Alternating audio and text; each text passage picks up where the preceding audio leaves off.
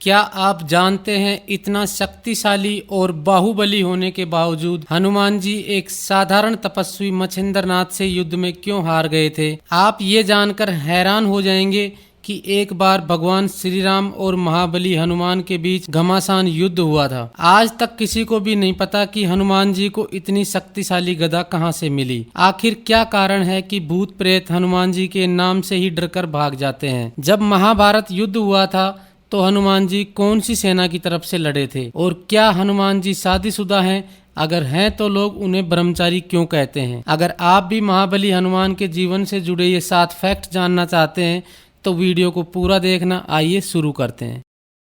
पुराणों में वर्णित कथा के अनुसार किसी समय में मच्छिंद्रनाथ नाम के एक बहुत बड़े तपस्वी हुआ करते थे। एक बार जब वो रामेश्वर में आए तो भगवान राम के द्वारा बनाया गया रामे सेतु देखकर भाव विभोर हो गए, जिसके बाद प्रभु राम की भक्ति में लीन होकर समुद्र में स्नान करने लगे। तभी वहाँ वानर वेश में उपस्थित हनुमान जी की नजर उन पर पड़ी। वे जानते थे कि मच्छिंद्रनाथ बहुत बड़े तपस्वी हैं, लेकिन फिर भी उन्होंने मच्छिंद्रनाथ की परीक्षा लेनी चाहिए। इसीलिए हनुमान जी ने अपनी लीला आरंभ की, जिससे वहां चारों तरफ वर्षा होने लगी। ऐसे में वानर रूपी हनुमान बारिश से बचने के लिए एक पहाड़ पर वार कर गुफा बनाने का झूठा नाटक करने लगे। इसके पीछे उनका उद्देश्य था कि मच्छिंद्रनाथ का ध्यान टूटे और उनकी नजर उस पर पड़े। कुछ ही समय के बाद उनकी नजर उस वानर पर पड़ी और उन्होंने कहा, हे वानर, तुम ऐसी मूर्खता क्यों कर रहे हो? प्यास लगने के वक्त कुआं नहीं खोदा जाता है, इससे पहले ही तुम्हें अपने रहने का सुरक्षित स्थान खोजना चाहिए था। यह सुनकर वानर रूपी हनुमान ने मच्छिंद्रनाथ से पूछा कि आप कौन हैं? जिस पर मच्छिंद्रनाथ ने अपने बारे में बताया कि मैं एक सिद्ध योगी हूँ और मुझे मंत्र शक्ति प्राप्त है। इसे सुनकर वानर रूपी हनुमान ने कहा, वैसे तो श्री राम और महाबली हनुमान से श्रेष्ठ योद्धा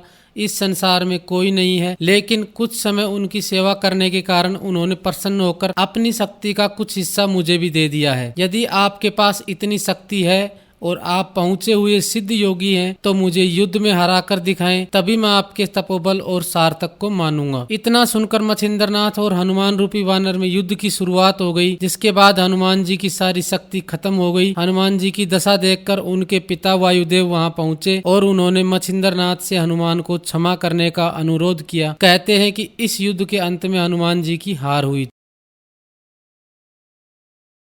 एक बार नारद मुनि ने चालाकी दिखाते हुए हनुमान जी की परीक्षा लेनी चाहिए। भगवान राम उस समय राज सिंहासन पर विराजमान थे। तब नारद मुनि ने हनुमान जी से विश्वामित्र को छोड़कर सभी साधुओं से मिलने के लिए कहा। हनुमान जी ने ऐसा ही किया। जब नारद मुनि विश्वामित्र के पास गए और उन्होंने उनको भड़काया, इसके बाद विश्वामित्र गुस्सा हो गए और उन्होंने इसे अपना अपमान समझा। भड़कते हुए वे भगवान श्री राम के पास गए और उन्होंने श्री राम से हनुमान को मृत्युदंड की सजा देने के लिए कहा। भगवान श्री राम अपने गुरु विश्वामित्र की बात कभी टालते नहीं थे। उन्होंने बहुत ही दुखी होकर हनुमान पर बाण चलाए, लेकिन हनुमान जी राम का नाम जपते रहे, उनको कुछ नहीं हो रहा था। हनुमान जी के पास कई वरदानी शक्तियां थी, लेकिन फिर भी वे बगैर वरदानी शक्तियों के भी काफी शक्तिशाली थे। ब्रह्मदेव ने हनुमान जी को 3 वरदान दिए थे, जिनमें उन पर ब्रह्मास्त्र बेअसर होना भी शामिल था, जो अशोक वाटिका में उनके काम आया। भगवान राम को अपने गुरु की आज्ञा का पालन करना ही था, इसीलिए भगवान श्री राम ने हनुमान पर ब्रह्मास्त्र भी चलाया, लेकिन आश्चर्यजनक रूप से राम का नाम जाप कर रहे हनुमान जी पर ब्रह्मास्त्र भी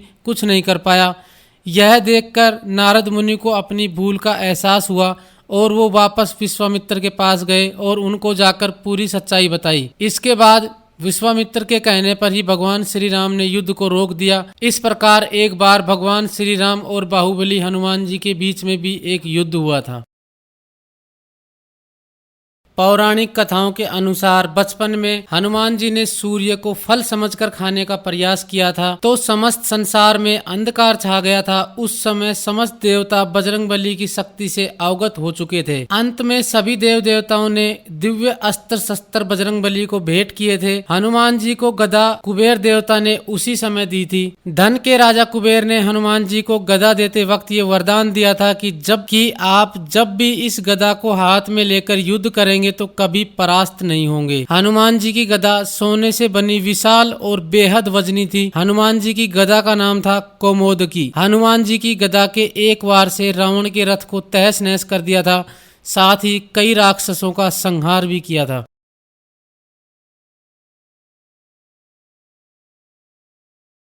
भूत पिशाच निकट नहीं आवे, महावीर जब नाम सुनावे। साथियों, ये पंक्ति तो आपने हनुमान चालीसा में जरूर से सुनी होगी, लेकिन इसके पीछे का ऐसा क्या कारण है जिससे भूत प्रेत हनुमान जी से इतना डरते हैं? शास्त्रों में वर्णित कथा के अनुसार हनुमान जी भगवान शिव के 11वें रुद्र अवतार हैं और भूत पिशाच और दैत्य भगवान शंकर को अपना गुरु मानते हैं। तो भगवान शंकर का अंश होने के कारण ही भूत पिशाच हनुमान जी के भक्तों को तंग नहीं करते हैं, और जब भी हनुमान चालीसा का पाठ किया जाता है तो भूत पिशाच डर के मारे वहां से भाग जाते हैं। रामायण की घटनाओं के बाद हनुमान जी को चिरंजीवी होने का वरदान मिला था। तो सदियों बाद जब महाभारत कालीन युग आया तो उस समय हनुमान जी अपना बाकी का जीवन जंगलों में व्यतीत कर रहे थे। उसी समय पांडवों को भी अज्ञातवास मिला हुआ था, तो वो भी जंगलों में ही उस समय रह रहे थे। जब हनुमान जी ने देखा कि भीमसेन को अपनी ताकत पर बहुत ज़्यादा घमंड हो गया है, तो उन्होंने उनका घमंड तोड़ने के लिए भीमसेन के रास्ते में एक साधारण बंदर बनकर लेट गए और अपनी पूंछ को रास्ते में फैला दिया। उधर से जब भीमसेन आए तो उन्होंने कहा, ए बंदर अपनी पूंछ हटा। और उसके बाद हनुमान जी ने कहा कि मैं तो बूढ़ा बंदर हूँ, आप खुद ही हटा दीजिए। और भीमसेन के काफ़ी बार जोर लगाने के बावजूद भी उसको वो नहीं हटा पाए। उसके बाद भीमसेन समझ गए कि ये कोई साधारण बंदर नहीं है, और उन्होंने हनुमान जी को कहा, आप अपना रूप दिखाइए। उसके बाद हनुमान जी अपने रूप में आए और दोनों भाई गले मिले। तभी हनुमान जी ने भविष्यवाणी की थी कि आने वाले समय में जो महाभारत का काफ़ी घमासान युद्ध होने वाला है, उस युद्ध में मैं अर्जुन के रथ के ऊपर सवार होऊंगा और धर्म रक्षा में मदद करूंगा, जिससे पूरे युद्ध में अर्जुन के रथ को कोई भी नहीं तोड़ पाया। और जब युद्ध समाप्त हुआ और हनुमान जी वहां से निकले, उसके तुरंत बाद ही अर्जुन के रथ के टुकड़े टुकड़े हो गए थे।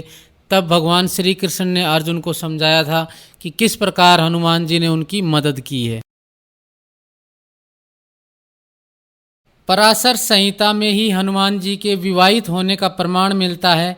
उनका विवाह सूर्यदेव की पुत्री सुवर्चला से हुआ। संहिता के अनुसार हनुमान जी ने सूर्यदेव को अपना गुरु बनाया था। सूर्यदेव के पास 9 दिव्य विद्याएं थी जिनका ज्ञान बजरंगबली प्राप्त करना चाहते थे। सूर्यदेव ने इन 9 में से 5 विद्याओं का ज्ञान हनुमान जी को दे दिया, लेकिन शेष 4 विद्याओं के लिए सूर्य के समक्ष एक संकट खड़ा हो गया था। दरअसल इन 4 विद्याओं का ज्ञान सिर्फ उन्हीं शिष्यों को दिया जा सकता था जो विवाहित हों। इस समस्या को दूर करने के लिए सूर्यदेव ने हनुमान जी से विवाह करने की बात कही। हनुमान जी के विवाह के लिए योग्य कन्या की तलाश पूरी हुई सूर्यदेव की पुत्री सुवर्चला पर। सूर्यदेव ने हनुमान जी से कहा कि सुवर्चला परम तपस्वी और तेजस्वी है और इसका तेज तुम ही सहन कर सकते हो। सुवर्चला से विवाह के बाद तुम इस योग्य हो जाओगे कि शेष 4 विद्याओं का ज्ञान प्राप्त कर सको। सूर्यदेव ने यह भी बताया कि सुवर्चला के विवाह के बाद तुम सदैव बाल ब्रह्मचारी ही रहोगे, क्योंकि विवाह के बाद सुवर्चला पुनः तपस्या में लीन हो जाएगी। यह सब बातें जानने के बाद हनुमान जी और सुवर्चला का विवाह सूर्यदेव ने करवा दिया। विवाह के बाद सुवर्चला तपस्या में लीन हो गई और हनुमान जी अपने गुरु से शेष 4 विद्याओं का ज्ञान भी प्राप्त कर लिया, और इस प्रकार से विवाह के बाद भी हनुमान जी ब्रह्मचारी बने हुए हैं। दोस्तों, आज हमने महाबली हनुमान के जीवन से जुड़ी हुई काफ़ी महत्वपूर्ण बातें सीखी। वीडियो को एक लाइक करना, कमेंट में जय बजरंगबली जरूर से लिखना, और सभी बजरंगबली के भक्तों तक इस वीडियो को ज़्यादा से ज़्यादा शेयर करना। मिलते हैं एक और नई वीडियो के साथ, तब तक सभी को जय श्री राम।